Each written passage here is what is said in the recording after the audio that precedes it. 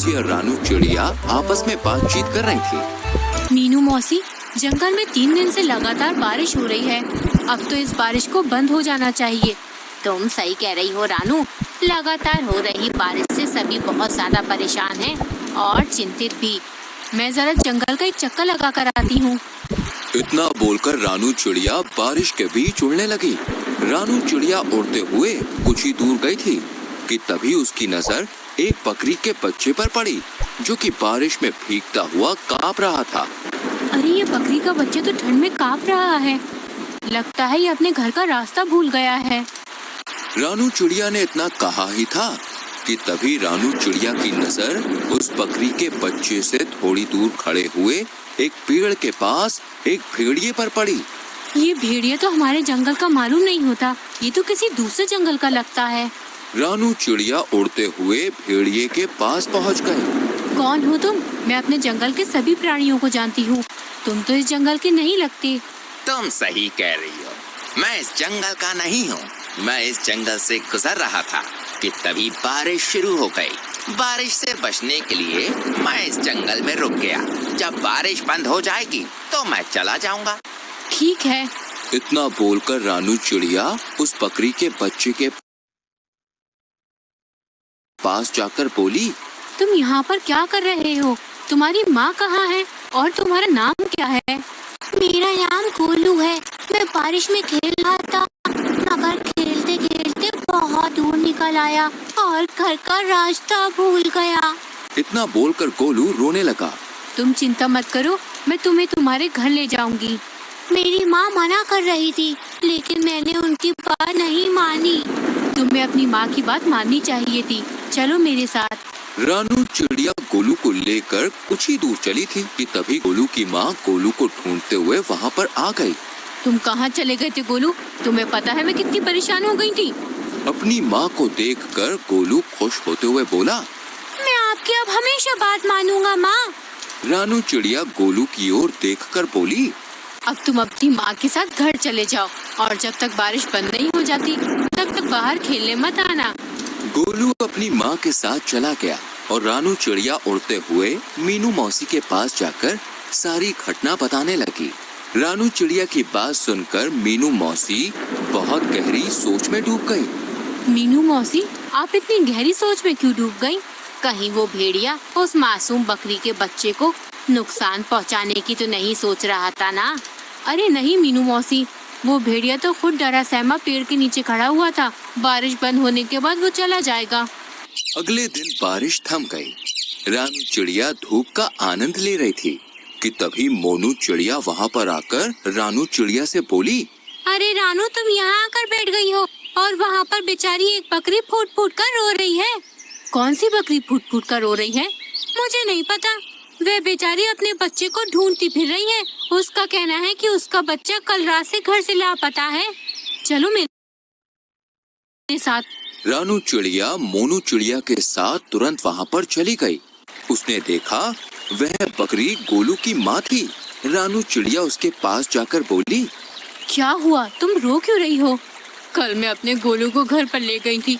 सुबह जब मेरी आँख खुली तो वो घर से गायब था। मैंने पूरा जंगल छान मारा मगर वो कहीं नहीं मिला। तुम घबराओ मत, मैं अभी उसे तलाश करती हूँ। रानू चिड़िया गोलू को ढूंढने लगी। तभी उसकी नजर एक पेड़ के नीचे उसी भेड़िए पर जा पड़ी, जो कि आराम से लेटा हुआ था। रानू चिड़िया उस भेड़िए के पास जाकर बोली, क्या तुमने एक बकरी के बच्चे को कहीं देखा है? वही बकरी का बच्चा जो कल बारिश में भीग रहा था। मैंने किसी बकरी के बच्चे को नहीं देखा। वैसे तो तुम कह रहे थे कि बारिश होने के बाद तुम यहाँ से चले जाओगे। हाँ हाँ, चला जाऊंगा। तुम तो ऐसे बोल रही हो जैसे कि इस जंगल की राजा हो और यहाँ पर तुम्हारा ही अधिकार चलता है। अरे मेरी जब मर्जी होगी मैं यहाँ से चला जाऊंगा। रानू चिड़िया अपने मन ही मन में बोली, मुझे तो इस भेड़िए पर शक हो रहा है। मुझे जंगल के राजा शेर से इसकी शिकायत करनी होगी। रानू चिड़िया जंगल के राजा शेर के पास चली गई और सारी घटना बताती हुई बोली, मुझे उस भेड़िए पर शक हो रहा है। तभी शेर क्रोधित होकर रानू चिड़िया से बोला, इसका मतलब वो भेड़िया सही बोल रहा था। तुम हमेशा जंगल के प्राणियों के खिलाफ मेरे कान भरती रहती हो। ये आपको क्या हो गया महाराज? तभी रानू चिड़िया ने देखा वो भेड़िया गुफा के दूसरे हिस्से से निकलकर गोलू के साथ वहां पर आकर शेर के सामने खड़ा हो गया है। रानू चिड़िया हैरत से इस दृश्य को देखने लगी। महाराज, जब मुझे पता चला कि ये बकरी का बच्चा कल से गायब है तो मैं जंगल में उसकी तलाश के लिए निकल गया, मगर मैं जानता था कि ये रानू चिड़िया मेरे खिलाफ आपके कान जरूर भरने आएगी, इसलिए मैंने आपको पहले ही सब कुछ बता दिया था। महाराज, इस रानू चिड़िया के कारण ही दूसरे जंगल का कोई भी प्राणी आपके जंगल में नहीं आता। शेर रानू चिड़िया की ओर देखकर बोला, और तुम कह रही थी कि इस भेड़िए ने बेचारी बकरी के बच्चे को मार डाला, मगर ये तुम्हारे आने से पहले ही इसे यहाँ सही सलामत ले आया। तुम्हें अब सजा मिलेगी, तुम्हें जेल में डाल दिया जाएगा। इतना बोलकर शेर ने अपने सिपाहियों को आदेश दे दिया और रानू चिड़िया को एक पिंजरे में बंद कर दिया। शेर भेड़िए की ओर देखकर बोला, तुम्हारी जब तक मर्जी हो तुम यहाँ पर रह सकते हो। भेड़िया खुश होकर वहाँ से चला गया। इधर मोनू चिड़िया इस सारे दृश्य को देख रही थी। वह तुरंत मीनू मौसी के पास पहुँच गई और सारी घटना बताते हुए बोली, कुछ कीजिए मीनू मौसी, जंगल के राजा शेर ने रानू चिड़िया को बंदी बना लिया है। मीनू मौसी गहरी सोच में डूबते हुए बोली, जब रानू चिड़िया ने मुझे बताया था कि वो भेड़िया एक पेड़ के नीचे खड़ा हुआ उस बकरी के बच्चे को देख रहा था, मुझे तभी कुछ न कुछ गड़बड़ लग रही थी। जो भी हो, लेकिन आप कुछ भी करके रानू चिड़िया को उस पिंजरे से बाहर निकालिए। चिंता मत करो मोनू, हम दोनों को अभी फिलहाल कुछ नहीं करना, हमें सिर्फ उस भेड़िए पर गहरी नजर रखनी होगी। पहले हमें पता चलना चाहिए कि उस भेड़िए के दिमाग में आखिर चल क्या रहा है, आखिर ये कौन सा मकसद लेकर इस जंगल में आया है।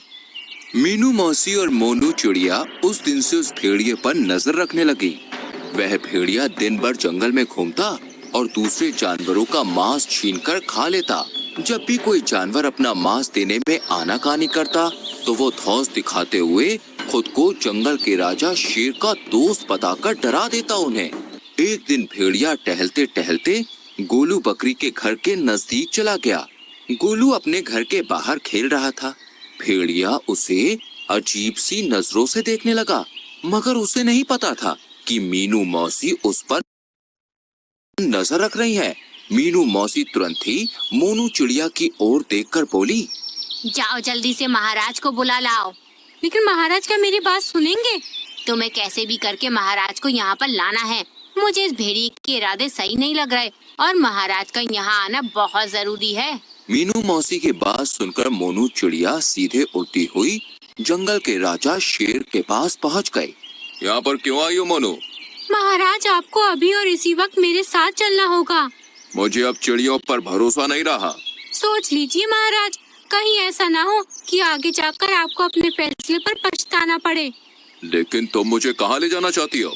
आप मेरे साथ चलिए और आप अपनी आंखों से देख लीजिए कि मैं आपको क्या दिखाना चाहती हूँ।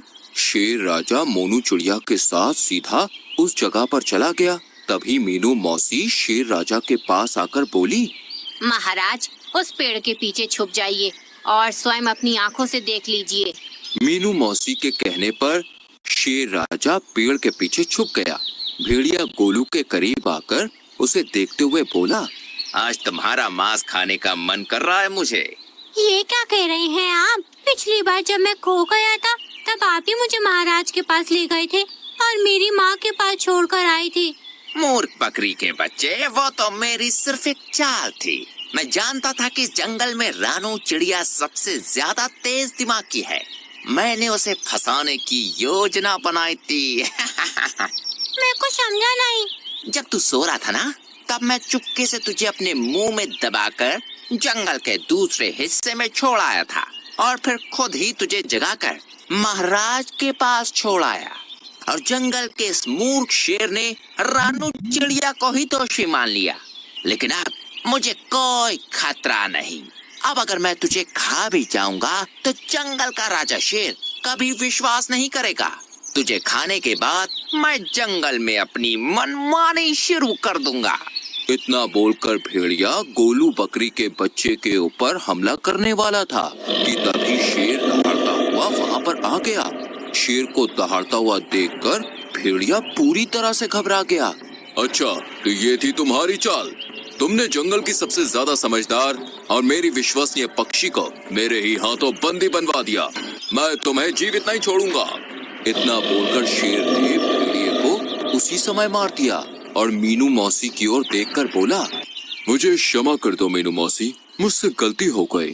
कोई बात नहीं महाराज, वो भेड़िया बहुत ही ज्यादा चतुर था और उसने अपनी चतुराई का फायदा उठाकर आपकी आंखों में विश्वास की पट्टी बांध दी थी। शेर राजा ने रानू चिड़िया को आजाद कर दिया।